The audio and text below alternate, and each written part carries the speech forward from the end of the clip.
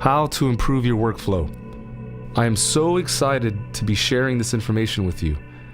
I'm going to go over some fundamental techniques to greatly improve your workflow so you can be efficient and work smarter, not harder.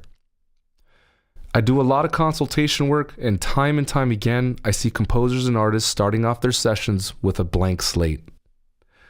In other words, when they begin a new project, they always start from square one. This may not sound like a big deal to you, but when you compose hundreds of songs a year, you start to see a few correlations and themes. The first is that more often than not, the modern day producer usually makes the same decisions over and over again within any given session. If you were to count the number of decisions you make in a session, it would be in the thousands, if not tens of thousands.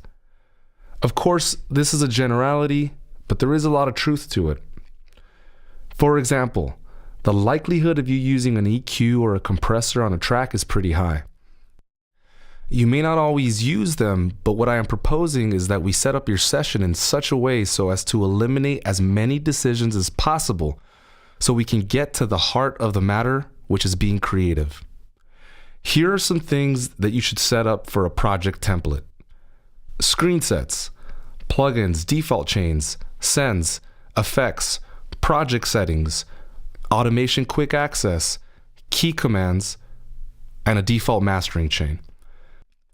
I am going to help you set up your screen sets. This is especially good if you need more screen space but don't have multiple monitors.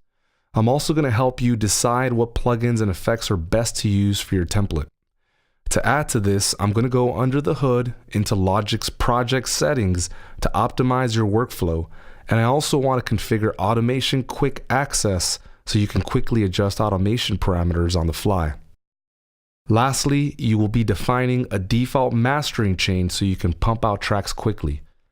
There's a lot to cover. Let's get right to it. I'll see you on the next tutorial.